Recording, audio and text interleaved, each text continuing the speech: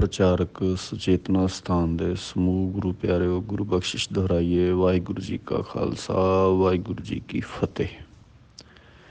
ਚੱਲ ਰਹੀ ਲੜੀਵਾਰ ਆਸਾ ਕੀ ਵਾਰ ਵਿਚਾਰ ਦੇ ਦੌਰਾਨ ਅਸੀਂ ਸਾਰੇ 17 ਨੰਬਰ ਪੌੜੀ ਤੱਕ ਰਲ ਮਿਲ ਕੇ ਇਸ ਬਾਣੀ ਨੂੰ ਵਿਚਾਰ ਕੇ ਪਹੁੰਚੇ ਹਾਂ। ਔਰ ਅੱਜ ਵਿਚਾਰ ਅਧੀਨ ਜੋ ਸ਼ਲੋਕ ਜਿਸ ਦੀ ਵਿਚਾਰ ਆਪਾਂ ਕਰਨੀ ਹੈ 17 ਨੰਬਰ ਪੌੜੀ ਨਾਲ ਸੰਬੰਧਿਤ ਹੈ। ਪਹਿਲਾ ਸ਼ਲੋਕ। ਗੁਰਬਾਣੀ ਦੇ ਅੰਦਰ ਜਦੋਂ ਆਪਾਂ ਬਾਣੀ ਨੂੰ ਪੜ੍ਹੀਏ ਤਾਂ ਬਹੁਤ ਸਾਰੀਆਂ ਚੀਜ਼ਾਂ ਐਸੀਆਂ ਵਾ ਜਿਹੜੀਆਂ ਗੁਰੂ ਨਾਨਕ ਸਾਹਿਬ ਪਾਤਸ਼ਾਹ ਜੀ ਤੋਂ ਸੈਂਕੜੇ ਸਾਲ ਪਹਿਲਾਂ ਇਸ ਧਰਤੀ 'ਤੇ ਧਰਮ ਦੀ ਦੁਨੀਆ ਵਿੱਚ ਕੁਝ ਅਗਿਆਨੀ ਪੁਰਸ਼ਾਂ ਵੱਲੋਂ ਪ੍ਰਚਾਰੀਆਂ ਪ੍ਰਸਾਰੀਆਂ ਗਈਆਂ, ਜੋ ਉਹਨਾਂ ਨੂੰ ਠੀਕ ਲੱਗੀਆਂ। ਔਰ ਉਹਨਾਂ ਨੇ ਧਰਮ ਦੀ ਵਿਆਖਿਆ ਦੇ ਦਿੱਤੀ ਵੀ ਧਰਮੀ ਬੰਦਿਆਂ ਵਾਸਤੇ ਇਹ ਕਾਰਜ ਕਰਨੇ ਬਹੁਤ ਜ਼ਰੂਰੀ, ਜਾਂ ਇੰਝ ਕਹਿ ਲਓ ਵੀ ਇਹ ਕਾਰਜ ਕਰਨ ਨਾਲ ਮਨੁੱਖ ਧਰਮੀ ਹੁੰਦਾ ਆ। ਗੁਰੂ ਸਾਹਿਬ ਜੀ ਨੇ ਬਹੁਤ ਸਾਰੇ ਪੱਖ ਬਾਣੀ ਦੇ ਵਿੱਚ ਉਹ ਸਾਰਿਆਂ ਦਾ ਖੰਡਨ ਵੀ ਕੀਤਾ। ਔਰ ਇੱਥੋਂ ਤੱਕ ਵੀ ਬਾਣੀ 'ਚ ਜਿਹੜੀ ਗੱਲ ਆਪਾਂ ਅਕਸਰ ਪੜ੍ਹਦੇ ਹਾਂ ਵੀ ਮਹਾਰਾਜ ਨੇ ਕਿਹਾ ਵੀ ਇਹ ਤਿੰਨ ਬੰਦੇ ਜਿਹੜੇ ਧਾਰਮਿਕ ਆ, ਇਹਨਾਂ ਨੇ ਸਮਾਜ ਨੂੰ ਧਰਮ ਸਮਝਾਉਣ ਦੀ ਬਜਾਏ ਧਰਮ ਦੇ ਨਾਂ 'ਤੇ ਐਸੇ ਕਰਮ ਕਾਂਡ, ਐਸੇ ਰਿਚੁਅਲਸ, ਐਸੀਆਂ ਅਨਮਤੀ ਤਿਉਹਾਰਾਂ ਨਾਲ, ਅਨਮਤੀ ਖਿਆਲਾਂ ਨਾਲ ਜੋੜਤਾ, ਜਿਹਦੇ ਕਰਕੇ ਮਨੁੱਖ ਧਾਰਮਿਕ ਸਥਾਨਾਂ 'ਤੇ ਤਾਂ ਧਰਮੀ ਦਿਸਿਆ, ਪਰ ਆਮ ਜ਼ਿੰਦਗੀ ਦੇ ਵਿੱਚ ਮਨੁੱਖ ਦੀ ਜ਼ਿੰਦਗੀ ਦੇ ਵਿੱਚੋਂ ਧਰਮ ਅਲੋਪ ਹੋ ਗਿਆ ਸਦਾ ਵਾਸਤੇ। ਹੌਲੀ ਹੌਲੀ ਗੁਰੂ ਨਾਨਕ ਸਾਹਿਬ ਪਾਤਸ਼ਾਹ ਜੀ ਦੀ ਵਿਚਾਰਧਾਰਾ ਨੇ ਇਹ ਗੱਲ ਸਮਾਜ ਦੇ ਸਾਹਮਣੇ ਲਿਆਂਦੀ ਵੀ ਧਰਮੀ ਮਨੁੱਖ ਉਹ ਹੁੰਦਾ ਵਾ ਜਿਹਦੀ ਜੀਵਨ ਵਿੱਚ ਧਰਮ ਹੋਵੇ, ਜਿਹਦਾ ਵਿਹਾਰ ਧਰਮੀ ਹੋਵੇ, ਜਿਹਦੀ ਬੋਲ ਬਾਣੀ ਧਰਮੀ ਹੋਵੇ, ਜਿਹਦਾ ਰਹਿਣ ਸਹਿਣ ਧਰਮ ਵਾਲਾ ਹੋਵੇ। ਲਿਬਾਸ ਨਾਲ, ਥਾਂ ਨਾਲ, ਜਗ੍ਹਾ ਨਾਲ ਕੋਈ ਮਨੁੱਖ ਧਰਮੀ ਨਹੀਂ ਬਣਦਾ। ਔਰ ਇਹ ਗੱਲ ਭਾਰਤ ਦੀ ਧਰਤੀ 'ਤੇ ਮਕਬੂਲ ਵੀ ਇੰਨੀ ਹੋਈ ਵੀ ਵੱਡੇ ਵੱਡੇ ਧਾਰਮਿਕ ਆਗੂ ਗੁਰੂ ਨਾਨਕ ਸਾਹਿਬ ਪਾਤਸ਼ਾਹ ਜੀ ਦੀ ਵਿਚਾਰਧਾਰਾ ਦੇ ਸਾਹਮਣੇ ਆਪਣੀਆਂ ਦਲੀਲਾਂ ਨੂੰ ਜਦੋਂ ਉਹਨਾਂ ਨੇ ਛੋਟਿਆਂ ਹੁੰਦਿਆਂ ਵੇਖਿਆ ਤਾਂ ਗੁਰੂ ਨਾਨਕ ਸਾਹਿਬ ਪਾਤਸ਼ਾਹ ਜੀ ਦੇ ਘਰ ਦੇ ਦੀਵਾਨੇ ਵੀ ਹੋਏ, ਜਿਸ ਦੀਆਂ ਬੇਅੰਤ ਉਦਾਹਰਣਾਂ ਇਤਿਹਾਸ ਵਿੱਚੋਂ, ਬਾਣੀ ਵਿੱਚੋਂ, ਭਾਈ ਗੁਰਦਾਸ ਜੀ ਦੀਆਂ ਰਚਨਾਵਾਂ ਵਿੱਚੋਂ ਸਾਨੂੰ ਵੇਖਣ ਨੂੰ ਮਿਲ ਸਕਦੀਆਂ ਹੈ। ਜਿਵੇਂ ਕਿ ਸ਼ਹੀਦ ਪੀਰ ਬੁੱਧੂ ਸ਼ਾਹ ਵਰਗੇ ਮਹਾਨ ਪੁਰਖ ਗੁਰੂ ਨਾਨਕ ਸਾਹਿਬ ਪਾਤਸ਼ਾਹ ਜੀ ਦੀ ਵਿਚਾਰਧਾਰਾ ਦੇ ਕਾਇਲ ਹੋਏ। ਸੱਜਣ ਠੱਗ ਵਰਗੇ ਬੰਦੇ ਗੁਰੂ ਨਾਨਕ ਸਾਹਿਬ ਪਾਤਸ਼ਾਹ ਜੀ ਦੀ ਵਿਚਾਰਧਾਰਾ ਦੇ ਕਾਇਲ ਹੋਏ। ਔਰ ਸ੍ਰੀਲੰਕਾ ਦੇ ਰਾਜੇ ਸ਼ਿਵਨਾਬ ਵਰਗੇ ਮਹਾਨ ਪੁਰਸ਼ ਗੁਰੂ ਨਾਨਕ ਸਾਹਿਬ ਪਾਤਸ਼ਾਹ ਜੀ ਦੀ ਵਿਚਾਰਧਾਰਾ ਦੇ ਕਾਇਲ ਹੋਏ। ਧਾਰਮਿਕ, ਰਾਜਨੀਤਿਕ, ਸਮਾਜਿਕ ਬੰਦੇ ਗੁਰੂ ਨਾਨਕ ਸਾਹਿਬ ਪਾਤਸ਼ਾਹ ਜੀ ਦੀ ਉਸ ਪਵਿੱਤਰ ਅਜ਼ਮਤ ਦੇ ਸਾਹਮਣੇ ਸੀਸ ਝੁਕਾਉਂਦੇ ਸਾਨੂੰ ਇਤਿਹਾਸ ਵਿੱਚੋਂ ਵੇਖਣ ਨੂੰ ਮਿਲਦੇ ਆ। ਸਮਾਂ ਬਣਿਆ ਗੁਰਦੁਆਰਾ ਇੱਕ ਇਹੋ ਜਿਹਾ ਸਾਧਨ ਬਣ ਗਿਆ। ਹਾਲਾਂਕਿ ਉਹਨਾਂ ਵੇਲਿਆਂ 'ਚ ਇਹਨਾਂ ਨੂੰ ਧਰਮਸ਼ਾਲ ਕਿਹਾ ਜਾਂਦਾ ਸੀ, ਜਿੱਥੇ ਜਿੱਥੇ ਗੁਰੂ ਨਾਨਕ ਸਾਹਿਬ ਜੀ ਧਰਮ ਦੀ ਗੱਲ ਕਰਦੇ, ਆਲਾ ਦੁਆਲਾ ਉਸ ਧਰਮ ਦੀ ਖੁਸ਼ਬੂ ਨਾਲ ਮਹਿਕ ਉੱਠਦਾ। ਜਿਹੜੇ ਧਰਮ ਦੀ ਦੁਨੀਆ 'ਚ ਕਰਮਕਾਂਡ ਫੈਲੇ ਹੋਏ ਸਨ, ਉਹਨਾਂ ਤੋਂ ਲੋਕਾਂ ਨੇ ਖਹਿੜਾ ਛਡਾਉਣਾ ਸ਼ੁਰੂ ਕਰਤਾ। ਪਰ ਨਾਲ ਇੱਕ ਮੁਸੀਬਤ ਇਹ ਹੁੰਦੀ ਆ ਵੀ ਕੁਝ ਬੰਦੇ ਜਿਹੜੇ ਆ ਜਿਨ੍ਹਾਂ ਦਾ ਕਾਰੋਬਾਰ, ਬਿਜ਼ਨਸ ਧਰਮ ਨਾਲ ਜੁੜ ਜਾਂਦਾ। ਜਿਵੇਂ ਮੈਂ ਇੱਕ ਵਾਰ ਉਦਾਹਰਣ ਦਿੱਤੀ ਸੀ ਵੀ ਜੇ ਡਾਕਟਰ ਕੋਈ ਇੱਦਾਂ ਦੀ ਇੰਜੈਕਸ਼ਨ ਜਾਂ ਇੱਦਾਂ ਦੀ ਕੋਈ ਟੈਬਲੇਟ ਤਿਆਰ ਕਰਦੇ ਵੀ ਜਦੋਂ ਬੱਚਾ ਜਨਮ ਲਵੇ ਉਹਨੂੰ ਇੱਕ ਇੰਜੈਕਸ਼ਨ ਇੱਦਾਂ ਦਾ ਲੱਗ ਜਾਏ ਜਾਂ ਇੱਕ ਗੋਲੀ ਇੱਦਾਂ ਦੀ ਦੇ ਦਿੱਤੀ ਜਾਏ ਵੀ ਉਹਨੂੰ ਸਾਰੀ ਜ਼ਿੰਦਗੀ ਕੋਈ ਰੋਗ ਨਹੀਂ ਲੱਗੂਗਾ, ਔਰ ਸਿਰਫ ਇੱਕੋ ਹੀ ਗੋਲੀ ਉਹਨੂੰ ਖਾਣੀ ਪਊਗੀ, ਉਸ ਤੋਂ ਬਾਅਦ ਕੋਈ ਰੋਗ, ਕੋਈ ਬਿਮਾਰੀ, ਸਾਰੀ ਜ਼ਿੰਦਗੀ ਉਹਨੂੰ ਇੱਕ ਸਿਰ ਪੀੜ ਦੀ ਵੀ ਗੋਲੀ ਨਹੀਂ ਖਾਣੀ ਪਊਗੀ। ਅਤੇ ਮੈਂ ਕਿਹਾ ਸੀ ਵੀ ਦਾਅਵਾ ਆ ਇਸ ਗੱਲ ਦਾ ਵੀ ਜੇ ਇਸ ਤਰ੍ਹਾਂ ਦਾ ਕੋਈ ਖੋਜ ਕਰ ਲਵੇ, ਕੋਈ ਟੈਬਲੇਟ ਤਿਆਰ ਕਰ ਲਵੇ, ਤਾਂ ਸਾਰੀ ਮੈਡੀਕਲ ਦੁਨੀਆ ਨਾਲ ਜੁੜੇ ਹੋਏ ਲੋਕ ਉਹਦੇ ਵਿਰੋਧੀ ਹੋ ਜਾਣਗੇ ਵੀ ਇਹ ਕੀ ਗੱਲ ਹੋਈ। ਜੇ ਬੰਦੇ ਨੇ ਬਿਮਾਰ ਹੀ ਨਹੀਂ ਹੋਣਾ, ਬੰਦੇ ਨੇ ਸਿਰਦਰਦੀ ਨਹੀਂ ਹੋਣੀ ਉਹਨੂੰ, ਅਤੇ ਜਿਹੜਾ ਡਾਕਟਰੀ ਕੀਤਾ ਵਾ, ਮੈਡੀਕਲ ਲਾਈਨ ਆ ਵੀ ਇਹ ਤਾਂ ਬੁਰੀ ਤਰ੍ਹਾਂ ਨਾਲ ਫੇਲ ਹੋ ਜੂਗੀ। ਇਹਦਾ ਮਤਲਬ ਇਹ ਹੁੰਦਾ ਵਾ ਵੀ ਜਿਹੜਾ ਬੰਦਾ ਜਿਸ ਕਿਸੇ ਵੀ ਕੰਮ ਨਾਲ ਜੁੜਿਆ ਹੋਇਆ, ਜਦੋਂ ਉਹਨੂੰ ਕੰਮ ਕਾਰੋਬਾਰ ਬਣ ਜਾਂਦਾ, ਵਪਾਰ ਬਣ ਜਾਂਦਾ, ਤਾਂ ਫਿਰ ਇਹਦੇ ਨਾਲ ਕੋਈ ਫਰਕ ਨਹੀਂ ਪੈਂਦਾ ਵੀ ਸੰਸਾਰ ਦਾ ਇਹਦੇ ਨਾਲ ਭਲਾ ਹੁੰਦਾ ਜਾਂ ਨੁਕਸਾਨ ਹੁੰਦਾ। ਉਹਨੂੰ ਇਸ ਗੱਲ ਨਾਲ ਫਰਕ ਪੈਂਦਾ ਵੀ ਉਹਦੇ ਵਪਾਰ ਨੂੰ ਫਰਕ ਨਹੀਂ ਪੈਣਾ ਚਾਹੀਦਾ। ਹੋਰ ਵੀ ਜੇ ਆਪਾਂ ਉਦਾਹਰਣ ਸਮਝਣੀ ਹੋਵੇ, ਮੈਂ ਇੱਕ ਵਾਰ ਇਹ ਵੀ ਉਦਾਹਰਣ ਦਿੱਤੀ ਸੀ ਵੀ ਜਦੋਂ ਵਕੀਲ ਕੋਲ ਕੋਈ ਬੰਦਾ ਜਾਂਦਾ ਤਾਂ ਵਕੀਲ ਉਹਨੂੰ ਸਾਰੀ ਗੱਲ ਪਹਿਲਾਂ ਪੁੱਛਦੇ ਆ ਵੀ ਸਾਰੀ ਸੱਚੋ ਸੱਚ ਕਹਾਣੀ ਦੱਸੋ ਕੀ ਆ। ਜੇ ਮੈਂ ਤੁਹਾਡਾ ਕੇਸ ਲੜੂੰਗਾ, ਮੇਰੀ ਫੀਸ ਇੰਨੀ ਆ, ਪਰ ਮੈਨੂੰ ਸਾਰੀ ਹਕੀਕਤ ਸਮਝਾ ਦਿਓ। ਉਦੋਂ ਦੋਵੇਂ ਧਿਰਾਂ ਸਾਰੀ ਹਕੀਕਤ ਸਮਝਾਉਂਦੀਆਂ ਅਤੇ ਵਕੀਲ ਸਮਝ ਜਾਂਦਾ ਵਾ ਵੀ ਆਹ ਧਿਰ ਜਿਹੜੀ ਆ ਵੀ ਇਹ ਸੱਚੀ ਆ ਅਤੇ ਆਹ ਧਿਰ ਝੂਠੀ ਆ। ਪਰ ਦੋਵੇਂ ਵਕੀਲਾਂ ਦੇ ਵਿੱਚੋਂ ਇੱਕ ਵੀ ਇਹ ਨਹੀਂ ਕਹਿੰਦਾ ਵੀ ਤੁਸੀਂ ਝੂਠੇ ਹੋ ਭਾਈ, ਤੁਸੀਂ ਹਾਰ ਜਾਣਾ, ਅਤੇ ਦੂਜੇ ਨੂੰ ਇਹ ਨਹੀਂ ਕਹਿੰਦਾ ਵੀ ਤੁਸੀਂ ਸੱਚੇ ਆ ਵਕੀਲ, ਤੁਸੀਂ ਤਗੜਾ ਕਰੋ ਛੋਟਾ ਕਰੋ ਵੀ ਤੁਸੀਂ ਜਿੱਤ ਹੀ ਜਾਣਾ। ਉਹ ਦੋਵੇਂ ਕਹਿੰਦੇ ਆ ਵੀ ਅਸੀਂ ਤੁਹਾਨੂੰ ਜਿਤਾਵਾਂਗੇ। ਮਤਲਬ ਇਹ ਆ ਵੀ ਅਸੀਂ ਸਿਰਫ ਫੀਸ ਲੈਣੀ ਆ। ਔਰ ਮੈਂ ਇਹ ਜਦੋਂ ਗੱਲ ਕਹੀ, ਮੈਨੂੰ ਇੱਕ ਸੱਜਣ ਕਹਿੰਦਾ ਵੀ ਜੇ ਇੱਦਾਂ ਹੋ ਜਾਏ ਤਾਂ ਵਕੀਲਾਂ ਦਾ ਕਾਰੋਬਾਰ ਨਹੀਂ ਠੱਪ ਹੋ ਜਾਊਗਾ, ਵਕੀਲਾਂ ਦਾ ਤਾਂ ਬਿਜ਼ਨਸ ਖਤਮ ਹੋ ਜਾਊਗਾ। ਮੈਂ ਕਿਹਾ ਵੀ ਇਹੀ ਤਾਂ ਕਹਾਣੀ ਆ ਅਸਲ 'ਚ, ਵੀ ਜਦੋਂ ਬਿਜ਼ਨਸ ਕਾਰੋਬਾਰ ਅਸੀਂ ਸੰਸਾਰ ਨਾਲੋਂ ਉੱਤੇ ਬਣਾ ਕੇ, ਔਰ ਸਾਨੂੰ ਫਰਕ ਨਹੀਂ ਪੈਂਦਾ ਵੀ ਦੁਨੀਆ ਇਹਦੇ ਨਾਲ ਬਚਦੀ ਹੈ ਤਬਾਹ ਹੁੰਦੀ ਹੈ, ਤਾਂ ਉਹ ਭਾਵੇਂ ਧਾਰਮਿਕ ਦੁਨੀਆ ਹੋਵੇ ਅਤੇ ਭਾਵੇਂ ਆਮ ਜਨ ਸਧਾਰਨ ਲੋਕ ਹੋਣ, ਉਹਨੂੰ ਗੁਰੂ ਗ੍ਰੰਥ ਸਾਹਿਬ ਜੀ ਦੀ ਬਾਣੀ ਨੇ ਠੱਗ ਚੋਰ ਬੇਈਮਾਨ ਹੀ ਕਿਹਾ ਹੈ। ਮਹਾਰਾਜ ਸੱਚੇ ਪਾਤਸ਼ਾਹ ਜੀ ਦੀ ਬਾਣੀ 'ਚ ਬੇਅੰਤ ਥਾਵਾਂ 'ਤੇ ਇਸ ਤਰ੍ਹਾਂ ਦੇ ਖਿਆਲ ਜਿਹੜੇ ਆ ਗੁਰੂ ਸਾਹਿਬ ਜੀ ਨੇ ਵਰਤੇ ਆ ਵੀ ਜਦੋਂ ਤੁਸੀਂ ਜਿਸ ਵੀ ਅਹੁਦੇ 'ਤੇ ਜਾਂ ਜਿਸ ਵੀ ਪਦਵੀ 'ਤੇ ਬੈਠੇ ਆ, ਤੁਸੀਂ ਉਸ ਪਦਵੀ ਨਾਲ ਇਨਸਾਫ ਨਹੀਂ ਕਰ ਰਹੇ, ਤੁਸੀਂ ਇਮਾਨਦਾਰੀ ਨਹੀਂ ਉੱਥੇ ਵਰਤ ਰਹੇ, ਤਾਂ ਤੁਸੀਂ ਆਪਣਾ ਅਤੇ ਸਮਾਜ ਦਾ ਬਹੁਤ ਵੱਡਾ ਨੁਕਸਾਨ ਕਰ ਰਹੇ ਹੋ।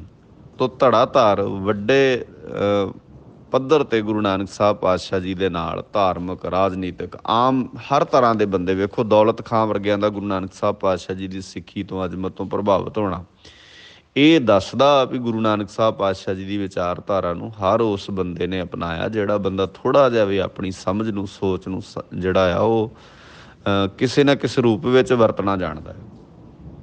ਪਰ ਸਮਾਂ ਬਣਿਆ, ਹੌਲੀ ਹੌਲੀ ਗੁਰਦੁਆਰਿਆਂ ਦੇ ਵਿੱਚ ਗੁਰੂ ਗ੍ਰੰਥ ਸਾਹਿਬ ਪਾਤਸ਼ਾਹ ਜੀ ਦੀ ਬਾਣੀ ਦੀ ਗੱਲ ਹੋਣੀ ਸ਼ੁਰੂ ਹੋਈ।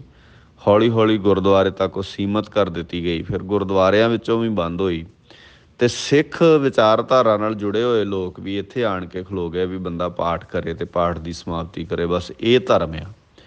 ਹਾਲਾਂਕਿ ਉਹ ਜਿਹੜਾ ਵੀ ਪਾਠ ਕੀਤਾ ਜਾ ਰਿਹਾ ਆ, ਭਾਵੇਂ ਉਹ ਜਪਜੀ ਸਾਹਿਬ ਆ, ਭਾਵੇਂ ਉਹ ਸੋਦਰ ਰਹਿਰਾਸ ਆ, ਭਾਵੇਂ ਉਹ ਸੁਖਮਨੀ ਸਾਹਿਬ ਆ, ਭਾਵੇਂ ਕੋਈ ਵੀ ਬਾਣੀ ਦੀ ਇੱਕ ਪੰਕਤੀ ਵੀ ਮੈਂ ਕਹਿੰਦਾ ਕੋਈ ਪੜ੍ਹ ਰਿਹਾ ਆ, ਕੋਈ ਸਤਨਾਮ ਵਾਹਿਗੁਰੂ ਵੀ ਕਹਿ ਰਿਹਾ, ਮੈਂ ਨਾ ਇੰਨਾ ਹੀ ਕਹਿ ਰਿਹਾ, ਜੇ ਕੋਈ ਸਤਨਾਮ ਵਾਹਿਗੁਰੂ, ਇਕੱਲਾ ਵਾਹਿਗੁਰੂ ਵੀ ਜੇ ਕੋਈ ਕਹਿ ਰਿਹਾ, ਤਾਂ ਇਹ ਨਹੀਂ ਸੋਚ ਰਿਹਾ ਵੀ ਵਾਹਿਗੁਰੂ ਨੂੰ ਅਸਲ 'ਚ ਫੀਲ ਕਿਵੇਂ ਕਰਨਾ ਹੁੰਦਾ ਵਾ, ਕਿੱਥੇ ਵੱਸਦਾ ਆ, ਕਿੱਦਾਂ ਉਹਨੂੰ ਮਹਿਸੂਸ ਕਰਨਾ।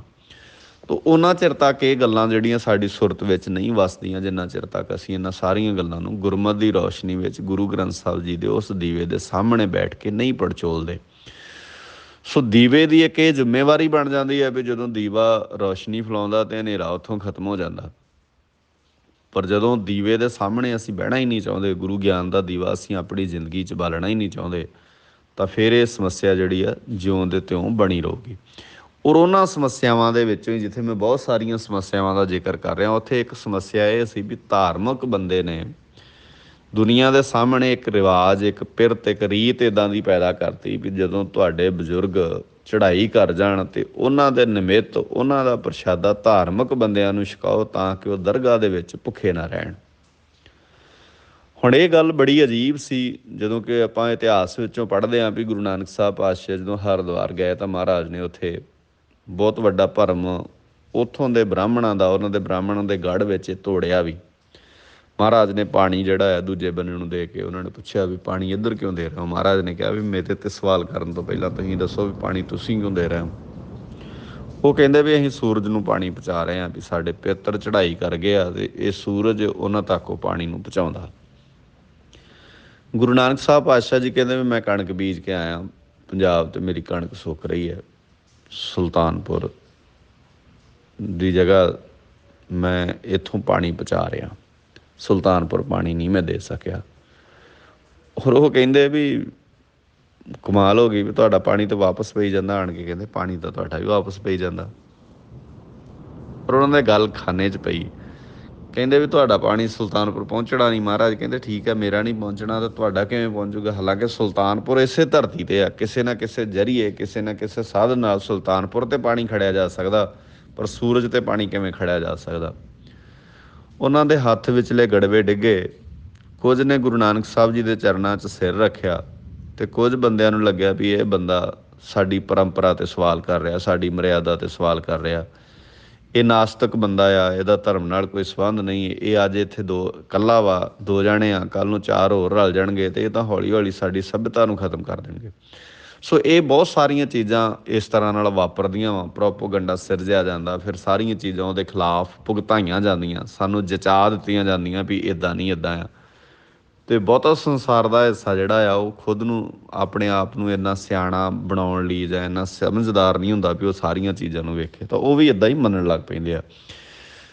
ਔਰ ਉਹਦੇ ਵਿੱਚੋਂ ਗੁਰੂ ਸਾਹਿਬ ਜੀ ਫਿਰ ਕਹਿੰਦੇ ਵੀ ਕਈਆਂ ਨੂੰ ਇਹ ਲੱਗਦਾ ਵੀ ਪ੍ਰਸ਼ਾਦਾ ਸਾਡਾ ਬਜ਼ੁਰਗਾਂ ਤੱਕ ਪਹੁੰਚਦਾ। ਗੁਰੂ ਸਾਹਿਬ ਜੀ ਇੱਕ ਬੜੀ ਸੋਹਣੀ ਉਦਾਹਰਣ ਵਰਤ ਕੇ, ਇੱਕ ਵਿਅੰਗ ਵਰਤ ਕੇ ਗੱਲ ਸਮਝਾਉਂਦੇ ਆ ਵੀ ਮੰਨ ਲਓ ਜੇ ਮੁਹਾਕਾ ਘਰ ਮੋਹੇ ਪਿਤਰੀ ਦੇ, ਜੇ ਕੋਈ ਚੋਰ ਠੱਗ ਬੰਦਾ ਆਪਣੇ ਬਜ਼ੁਰਗਾਂ ਨੂੰ ਵਸਤਰ, ਭਾਂਡੇ ਇਤਿਆਦਿਕ ਚੀਜ਼ਾਂ ਉੱਥੇ ਪਹੁੰਚਾਵੇ, ਜਿਵੇਂ ਕਿ ਅਸੀਂ ਵੀ ਗੁਰਦੁਆਰਿਆਂ 'ਚ ਪਹੁੰਚਾਉਂਦੇ ਹਾਂ, ਜਾਂ ਖੁਰਾਕ ਪਹੁੰਚਾਵੇ, ਅਤੇ ਉਹ ਚੋਰੀ ਦੀ ਚੀਜ਼ ਹੋਵੇ ਅਤੇ ਅੱਗੇ ਪਛਾਣੀ ਜਾਏ, ਅੱਗੇ ਵਸਤ ਸਿਆਣੀਏ ਪਿਤਰੀ ਚੋਰ ਕਰੇ, ਅਤੇ ਤੁਸੀਂ ਤਾਂ ਉਸ ਜਗ੍ਹਾ 'ਤੇ ਬੈਠੇ ਹੋਏ ਆਪਣੇ ਬੰਦਿਆਂ ਨੂੰ, ਜਿਨ੍ਹਾਂ ਦਾ ਮਾੜਾ ਮੋਟਾ ਮਾਣ ਸਨਮਾਨ, ਇਹ ਵਿਅੰਗ ਹੈ ਇੱਕ, ਅਤੇ ਉੱਥੇ ਉਹਨਾਂ ਨੂੰ ਚੋਰ ਬਣਾ ਤਾ।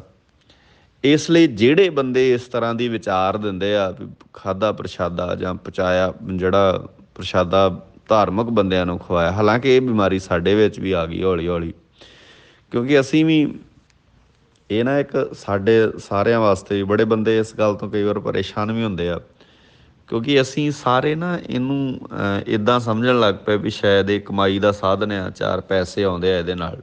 ਇਹ ਠੀਕ ਆ, ਮੰਨ ਲਿਆ ਵੀ ਕਮਾਈ ਦਾ ਸਾਧਨ ਆ, 4 ਪੈਸੇ ਆਉਂਦੇ ਆ, ਪਰ ਗੱਲ ਤਾਂ ਇਹ ਹੈ ਵੀ ਜਿਹੜੀ ਪਿਰਤ ਗੁਰੂ ਨਾਨਕ ਸਾਹਿਬ ਜੀ, ਜਿਹੜੀ ਰੀਤ ਗੁਰੂ ਨਾਨਕ ਸਾਹਿਬ ਜੀ ਦੂਜਿਆਂ ਦੇ ਘਰੋਂ ਮੁਕਾਉਣਾ ਚਾਹੁੰਦੇ ਸੀ, ਉਹ ਰੀਤ ਸਾਡੇ ਘਰਾਂ 'ਚ ਵੀ ਉੱਦਾਂ ਹੀ ਪ੍ਰਚਲਿਤ ਹੈ, ਗੁਰੂ ਘਰਾਂ 'ਚ ਵੀ ਉੱਦਾਂ ਹੀ ਪ੍ਰਚਲਿਤ ਹੈ। ਤਾਂ ਮੈਨੂੰ ਲੱਗਦਾ ਅਸੀਂ ਵੱਡੇ ਕਿਰਤਘਣ ਸਾਬਤ ਹੋਵਾਂਗੇ ਜੇ ਸੱਚੀ ਮੁੱਚੀ ਕੋਈ ਬੰਦਾ ਅੱਜ ਹਕੀਕਤ ਨਾਲ ਇਸ ਗੱਲ ਦੇ ਸਾਹਮਣੇ ਆਊਗਾ, ਜਾਂ ਹਕੀਕਤ ਦਾ ਸਾਹਮਣਾ ਜਦੋਂ ਅਸੀਂ ਕਰਨ ਲੱਗਾਂਗੇ, ਤਾਂ ਆਪਾਂ ਸਾਰੇ ਇਸ ਗੱਲ ਦਾ ਗੌਰ ਵੀ ਕਰੀਏ ਵੀ ਇਹ ਗੱਲਾਂ ਸਾਡੇ ਵਿੱਚ ਬਿਲਕੁਲ ਨਹੀਂ ਹੋਣੀਆਂ ਚਾਹੀਦੀਆਂ, ਜਦੋਂ ਕਿ ਆਸਾ ਕੀ ਵਾਰ ਵਿੱਚ ਇਹ ਗੱਲ ਬੜੀ ਸਪਸ਼ਟ ਰੂਪ ਵਿੱਚ ਲਿਖੀ ਆ। ਹੋਰ ਵੀ ਸਾਰੇ ਥਾਵਾਂ 'ਤੇ ਇਹ ਗੱਲ, ਜੀਵਤ ਪਿੱਤਰ ਨਾ ਮਾਨੇ ਕੋ ਮੋਏ ਸਰਾਧ ਕਰਾਹੀਂ, ਪਿੱਤਰ ਭੀ ਬਪਰੇ ਕਹੋ ਕਿਆ ਪਾਵੇਂ ਕਹੂਆ ਕੂਕਰ ਖਾਹੀਂ। ਗੁਰੂ ਸਾਹਿਬ ਬਾਬਾ ਕਬੀਰ ਜੀ ਕਹਿੰਦੇ ਆ ਵੀ ਇਹ ਕਿੱਦਾਂ ਹੋ ਸਕਦਾ ਵਾ ਵੀ ਜੀਂਦੇ ਬਜ਼ੁਰਗਾਂ ਨੂੰ ਕੋਈ ਪ੍ਰਸ਼ਾਦਾ ਨਾ ਛਕਾਵੇ ਅਤੇ ਮਰਿਆਂ ਤੋਂ ਬਾਅਦ ਕਿਸੇ ਧਾਰਮਿਕ ਬੰਦੇ ਨੂੰ ਪ੍ਰਸ਼ਾਦਾ ਛਕਾ ਕੇ ਅਤੇ ਇਹ ਉਮੀਦ ਰੱਖੀ ਜਾਏ ਵੀ ਇਹ ਪ੍ਰਸ਼ਾਦਾ ਬਜ਼ੁਰਗਾਂ ਤੱਕ ਪਹੁੰਚ ਜਾਂਦਾ। ਸੋ ਇਹ ਸਾਰੀਆਂ ਗੱਲਾਂ ਦੱਸਦੀਆਂ ਵਾ, ਇਸ ਗੱਲ ਦਾ ਇਹ ਪ੍ਰਤੀਕ ਨੇ ਵੀ ਇਹ ਸਾਰੀਆਂ ਗੱਲਾਂ ਧਾਰਮਿਕ ਬੰਦਿਆਂ ਨੇ ਆਪਣੀਆਂ ਸੁਵਿਧਾਵਾਂ ਨੂੰ ਧਿਆਨ ਵਿੱਚ ਰੱਖਦਿਆਂ, ਆਪਣੀਆਂ ਫੈਸਿਲਿਟੀਆਂ ਨੂੰ ਧਿਆਨ ਵਿੱਚ ਰੱਖਦਿਆਂ ਵੀ ਚਲੋ ਇਸ ਬਹਾਨੇ ਨਾਲ ਸਾਨੂੰ ਚੰਗਾ ਪ੍ਰਸ਼ਾਦਾ ਖਾਣ ਨੂੰ ਮਿਲੂਗਾ। ਮੈਂ ਅਕਸਰ ਇਹ ਵੀ ਗੱਲ ਕਰਦਾ ਹੁੰਦਾ ਵੀ ਮੰਨ ਲਓ ਕੋਈ ਬਜ਼ੁਰਗ ਬੰਦਾ 70-80 ਸਾਲ ਦਾ, 75 ਸਾਲ ਦਾ ਚੜ੍ਹਾਈ ਕਰਦਾ, ਅਤੇ ਅਸੀਂ ਮੰਨਦੇ ਹਾਂ ਵੀ ਪਹਿਲੀ ਗੱਲ ਤਾਂ ਇਹ ਹੈ ਵੀ ਜਿਹੜਾ ਪ੍ਰਸ਼ਾਦਾ ਤੁਸੀਂ ਇੱਕ ਵਾਰ ਕੋਈ ਵੀ ਬੰਦਾ ਆਪਣੇ ਮੂੰਹ ਵਿੱਚ ਪਾ ਲਏ ਨਾ, ਅਤੇ ਉਹ ਪ੍ਰਸ਼ਾਦਾ ਕਿਸੇ ਦੂਜੇ ਦੇ ਖਾਣ ਦੇ ਲਾਇਕ ਨਹੀਂ ਰਹਿ ਜਾਂਦਾ। ਤੁਸੀਂ ਕੋਈ ਵੀ ਬੰਦਾ ਮੂੰਹ 'ਚ ਬੁਰਕੀ ਪਾ ਲੇ, ਉਹ ਬੁਰਕੀ ਤੁਸੀਂ 2 ਮਿੰਟ ਬਾਅਦ ਵੀ ਮੂੰਹ 'ਚੋਂ ਕੱਢ ਦਿਓ ਭਾਵੇਂ, ਤਾਂ ਵੀ ਨਹੀਂ ਉਹ ਕੋਈ ਖਾ ਸਕਦਾ। ਅਤੇ ਅਸੀਂ ਉਹ ਪ੍ਰਸ਼ਾਦਾ ਜਿਹੜਾ ਪੁਜਾਰੀਆਂ ਨੇ ਛਕਿਆ ਵਾ, ਉਹ ਦੂਜੇ ਤੀਜੇ ਦਿਨ ਉਮੀਦ ਕਰੀਏ ਵੀ ਇਹ ਸਾਡੇ ਬਜ਼ੁਰਗਾਂ ਤੱਕ ਪਹੁੰਚਦਾ, ਤਾਂ ਬੜੀ ਹਾਸੋਹੀਣੀ ਗੱਲ ਹੈ ਔਰ ਬੜੀ ਮਜ਼ਾਕ ਦਾ ਪਾਤਰ ਬਣਦੀ ਹੈ। ਔਰ ਜੇ ਇਹ ਗੱਲ ਮੰਨ ਵੀ ਲਈ ਜਾਏ, ਇੱਦਾਂ ਵੀ ਇਹਨੂੰ ਮੰਨ ਲਿਆ ਜਾਏ, ਅਤੇ ਗੁਰੂ ਸਾਹਿਬ ਜੀ ਕਹਿੰਦੇ ਆ ਵੀ ਤੁਸੀਂ ਤਾਂ ਉੱਥੇ ਬੈਠੇ ਆਪਣੇ ਬਜ਼ੁਰਗਾਂ ਨੂੰ ਚੋਰ ਬਣਾਤਾ, ਕਿਉਂਕਿ ਤੁਹਾਡੀਆਂ ਚੀਜ਼ਾਂ ਉੱਥੇ ਪਛਾਣੀਆਂ ਜਾ ਸਕਦੀਆਂ। ਸੋ ਗੁਰੂ ਸਾਹਿਬ ਜੀ ਇਹ ਵਿਅੰਗ ਵਰਤਦਿਆਂ ਕਹਿੰਦੇ ਵੀ ਵੱਡੀਆਂ ਹੱਥ ਦਲਾਲ ਕੇ ਮੁਸਫੀ ਇਹ ਕਰੇ। ਜਿਹੜਾ ਬੰਦਾ ਇਸ ਤਰ੍ਹਾਂ ਦੀ ਗੱਲ ਕਰਦਾ, ਇਹੋ ਜਿਹੇ ਬੰਦੇ ਦੇ ਹੱਥ ਵੱਢ ਦੇਣੇ ਚਾਹੀਦੇ। ਹੱਥ ਵੱਢਣ ਦਾ ਮਤਲਬ ਇਹ ਆ ਵੀ ਉਹਦੇ ਤੋਂ ਹੱਕ ਖੋਹ ਲੈਣਾ ਚਾਹੀਦਾ। ਕੁਦਰਤ ਦਾ ਇਹ ਨਿਯਮ ਆ, ਮਾਲਕ ਦਾ ਇਹ ਨਿਯਮ ਆ ਵੀ ਇਹੋ ਜਿਹੇ ਬੰਦੇ ਦੇ ਹੱਥ ਵੱਢੇ ਜਾਂਦੇ ਆ, ਜਿਹੜਾ ਬੰਦਾ ਇਸ ਤਰ੍ਹਾਂ ਦੀ ਦਲਾਲੀ ਕਰਦਾ। ਸੋ ਮੈਨੂੰ ਲੱਗਦਾ ਜੇ ਸਾਰੀ ਦੁਨੀਆ ਛੱਡੋ ਅਤੇ ਸਾਡੀ ਸੱਭਿਅਤਾ ਨਾਲ ਜੁੜੇ ਹੋਏ ਸਾਡੇ ਧਾਰਮਿਕ ਬੰਦਿਆਂ ਨੂੰ, ਸਾਡੇ ਕੀਰਤਨ ਕਰਨ ਵਾਲਿਆਂ ਨੂੰ, ਕਥਾਵਾਚਕਾਂ ਨੂੰ, ਢਾਡੀਆਂ ਰਾਗੀਆਂ ਪ੍ਰਚਾਰਕਾਂ ਨੂੰ ਇਹ ਗੱਲ ਜ਼ਰੂਰ ਧਿਆਨ ਨਾਲ ਸਮਝ ਲੈਣੀ ਚਾਹੀਦੀ ਆ। ਗੁਰੂ ਕੇ ਵਜ਼ੀਰਾਂ ਨੂੰ ਇਹ ਗੱਲ ਜ਼ਰੂਰ ਧਿਆਨ ਨਾਲ ਸਮਝ ਲੈਣੀ ਚਾਹੀਦੀ ਹੈ ਵੀ ਗੁਰੂ ਨਾਨਕ ਸਾਹਿਬ ਜੀ ਨੇ ਬੜੇ ਸਖਤ ਸ਼ਬਦਾਂ ਵਿੱਚ ਇਹਦਾ ਜਿਹੜਾ ਵਾ ਉਹ ਖੰਡਨ ਵੀ ਕੀਤਾ ਵਾ, ਔਰ ਫਿਰ ਗੁਰੂ ਸਾਹਿਬ ਜੀ ਨੇ ਸ਼ਬਦ ਇੱਥੋਂ ਤੱਕ ਵਰਤੇ ਆ ਵੀ ਇਹੋ ਜਿਹੇ ਬੰਦਿਆਂ ਦੇ ਹੱਥ ਵੱਢਣੇ ਚਾਹੀਦੇ, ਭਾਵੇਂ ਇਹੋ ਜਿਹੇ ਬੰਦਿਆਂ ਤੋਂ ਹੱਕ ਖੋਹ ਲੈਣੇ ਚਾਹੀਦੇ। ਇਹ ਉਸ ਪਦਵੀ 'ਤੇ ਰਹਿਣ ਦੇ ਕਾਬਲ ਨਹੀਂ ਆ ਜਿਹੜੀ ਪਦਵੀ ਤੇ ਬਹਿ ਕੇ ਇਹ ਉਸ ਪਦਵੀ ਦੀ ਦੁਰਵਰਤੋਂ ਕਰ ਰਹੇ ਆ। ਸੋ ਗਰੀਬ ਨਿਵਾਸ ਸੱਚੇ ਪਾਤਸ਼ਾਹ ਜੀ ਦੀ ਬਾਣੀ ਨੇ ਇਹ ਬੜੇ ਕੀਮਤੀ ਔਰ ਬੜੇ ਸੁੰਦਰ ਖਿਆਲ ਜਿਹੜੇ ਆ ਉਹ ਦਿੱਤੇ ਆ। ਹੋਰ ਵੀ ਬਹੁਤ ਸਾਰੇ ਥਾਵਾਂ ਤੇ ਬਾਣੀ ਦੇ ਅੰਦਰ ਇਸ ਗੱਲ ਦਾ ਖੁਲਾਸਾ ਮਹਾਰਾਜ ਨੇ ਕੀਤਾ। ਵਿਸਥਾਰ ਵਿੱਚ ਅਸੀਂ ਜਿਹੜਾ ਸਮੇਂ ਨੂੰ ਧਿਆਨ ਵਿੱਚ ਰੱਖਦੇ ਨਹੀਂ ਜਾਂਦੇ ਬਹੁਤੀ ਵਾਰ, ਕਿਉਂਕਿ ਇੱਥੇ ਇੱਕ ਸੀਮਤ ਦੇ ਦਾਇਰੇ 'ਚ ਆਪਾਂ ਗੱਲ ਕਰਨੀ ਹੁੰਦੀ ਆ। ਨਾਨਕ ਅੱਗੇ ਸੋ ਮਿਲੇ ਜੇ ਖੱਟੇ ਘਾਲੇ ਦੇ, ਆ ਅਸਲ ਗੱਲ। ਪਹਿਲਾ ਵਿਅੰਗ ਆ ਗੁਰੂ ਸਾਹਿਬ ਜੀ, ਫਿਰ ਉਹਦੀ ਗੱਲ ਦਾ ਖੰਡਨ ਕਰਦੇ ਆ। ਤੇ ਤੀਸਰੀ ਗੱਲ ਜਿਹੜੀ ਅਖੀਰਲੀ ਮਹਾਰਾਜ ਨੇ ਕਹੀ ਆ ਵਾ ਅਸਲ 'ਚ, ਹੇ ਨਾਨਕ ਅੱਗੇ ਤਾਂ ਉਹ ਮਿਲਦਾ ਆ ਜੋ ਤੁਸੀਂ ਆਪਣੀ ਜ਼ਿੰਦਗੀ 'ਚ ਖੱਟਿਆ ਤੇ ਘਾਲਿਆ ਹੈ, ਕਮਾਇਆ ਹੈ। ਤਾਂ ਹੀ ਮਹਾਰਾਜ ਨੇ ਕਿਹਾ ਵੀ ਕਿਰਤ ਵਿਰਤ ਕਰ ਧਰਮ ਦੀ ਹੱਥੋਂ ਦੇ ਕੇ ਭਲਾ ਬਣਾਵੇ। ਤਾਂ ਹੀ ਗੁਰੂ ਗ੍ਰੰਥ ਸਾਹਿਬ ਜੀ ਦੀ ਬਾਣੀ ਨੇ ਕਿਹਾ ਵੀ ਜੋ ਤੁਸੀਂ ਆਪਣੀ ਜ਼ਿੰਦਗੀ 'ਚ ਕਮਾਉਂਦੇ ਆ ਉਹਦੇ ਹਿਸਾਬ ਨਾਲ ਹੀ ਮਿਲਣ ਦਾ ਮਤਲਬ ਇਹ ਆ। ਵੇਖੋ, ਜਦੋਂ ਤੁਸੀਂ ਬਾਣੀ ਨੂੰ ਧਿਆਨ ਨਾਲ ਪੜ੍ਹਦੇ ਹੋ ਤਾਂ ਇਹ ਗੱਲ ਬੜੀ ਸਪਸ਼ਟ ਸਾਹਮਣੇ ਸਾਡੇ ਆਉਂਦੀ ਹੈ। ਮਹਾਰਾਜ ਸੱਚੇ ਪਾਤਸ਼ਾਹ ਜੀ ਕਹਿੰਦੇ ਜਿਹੜਾ ਬੰਦਾ ਆਪਣੇ ਜੀਵਨ ਨੂੰ ਸਵਾਰ ਲੈਂਦਾ ਉਹਦਾ ਆਉਣ ਵਾਲਾ ਸਮਾਂ ਖੂਬਸੂਰਤ ਹੋ ਜਾਂਦਾ। ਜਦੋਂ ਅਸੀਂ ਬਾਣੀ ਨੂੰ ਪੜ੍ਹ ਕੇ ਆਪਣੀ ਜ਼ਿੰਦਗੀ ਦੇ ਅੰਦਰ ਬਾਣੀ ਵਾਲੇ ਅਸੂਲਾਂ ਨੂੰ ਧਾਰਨ ਕਰ ਲੈਂਦੇ ਹਾਂ ਤੇ ਆਉਣ ਵਾਲਾ ਸਮਾਂ ਸਾਡੇ ਵਾਸਤੇ ਸਾਰਿਆਂ ਵਾਸਤੇ ਬੜਾ ਖੂਬਸੂਰਤ ਤੇ ਬੜਾ ਚੜ੍ਹਦੀ ਕਲਾ ਵਾਲਾ ਬਣ ਜਾਂਦਾ। ਸੋ ਨਾਨਕ ਅੱਗੇ ਸੋ ਮਿਲੇ ਜੇ ਖੱਟੇ ਘਾਲੇ ਦੇ, ਹੇ ਨਾਨਕ ਅੱਗੇ ਤਾਂ ਉਹੋ ਹੀ ਮਿਲੂਗਾ ਜੋ ਤੁਸੀਂ ਖੱਟਿਆ ਆ, ਜੋ ਤੁਸੀਂ ਕਮਾਇਆ ਆ, ਜੋ ਤੁਸੀਂ ਜੀਵਨ ਵਿੱਚ ਆਪਣੇ ਪੈਦਾ ਕੀਤਾ ਹੈ। ਅਦਰਵਾਈਜ਼ ਤੁਹਾਡੇ ਕਿਸੇ ਹੋਰ ਦਾ ਕੀਤਾ ਹੋਇਆ, ਕਿਸੇ ਹੋਰ ਦੀ ਕੀਤੀ ਹੋਈ ਕਮਾਈ ਜਾਂ ਹੋਰ ਦੀਆਂ ਕੀਤੀਆਂ ਹੋਈਆਂ ਸੇਵਾਵਾਂ ਨੇ ਤੁਹਾਨੂੰ ਮਾਲਕ ਦੇ ਦਰ 'ਤੇ ਪ੍ਰਵਾਨ ਨਹੀਂ ਚੜ੍ਹਨ ਦੇਣਾ। ਇਹਦਾ ਮਤਲਬ ਇਹ ਹੋਇਆ ਵੀ ਅਸੀਂ ਆਪਣੀ ਲਾਈਫ ਦੇ ਵਿੱਚ ਉਹ ਗੁਣ, ਉਹ ਵਿਚਾਰਧਾਰਾ ਜੀਵਨ ਵਿੱਚ ਪੈਦਾ ਕਰੀਏ ਜਿਹਦੇ ਨਾਲ ਅਸੀਂ ਮਾਲਕ ਦੇ ਦਰ 'ਤੇ ਪ੍ਰਵਾਨ ਹੋ ਜਾਈਏ। ਜਿਹਨੂੰ ਸਤਿਗੁਰਾਂ ਦੀ ਬਾਣੀ 'ਚ ਮਹਾਰਾਜ ਨੇ, ਗੁਰੂ ਨਾਨਕ ਸਾਹਿਬ ਪਾਤਸ਼ਾਹ ਜੀ ਨੇ ਜਪਜੀ ਸਾਹਿਬ ਬਾਣੀ ਦੇ ਅੰਦਰ ਵੀ ਬੜੇ ਸੁੰਦਰ ਖਿਆਲ ਦਿੱਤੇ। ਔਰ ਮਹਾਰਾਜ ਨੇ ਕਿਹਾ ਜਿਨੀ ਨਾਮ ਧਿਆਇਆ ਗਏ ਮੁਸੱਕਤ ਘਾਲ, ਨਾਨਕ ਤੇ ਮੁਖ ਉਜਲੇ ਕੀਤੀ ਛੁੱਟੀ ਨਾਲ।